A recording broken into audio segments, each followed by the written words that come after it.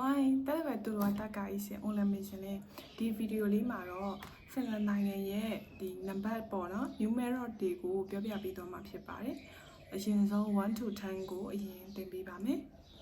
1ကိုဖင်လန်လို့ uksi 2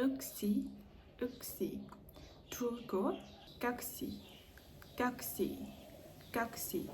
3ကို kolme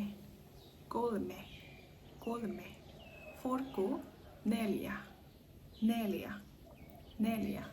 5ကို visi 6ကို kuusi 7ကို seitsemän 8ကို kahdeksan သူကကြတော့ hard တောင်နည်းနည်းဖြောက်ပြီးတော့ဆိုရမယ်နော် kahdeksan 9ကို uudeksan 10ကို kymmenen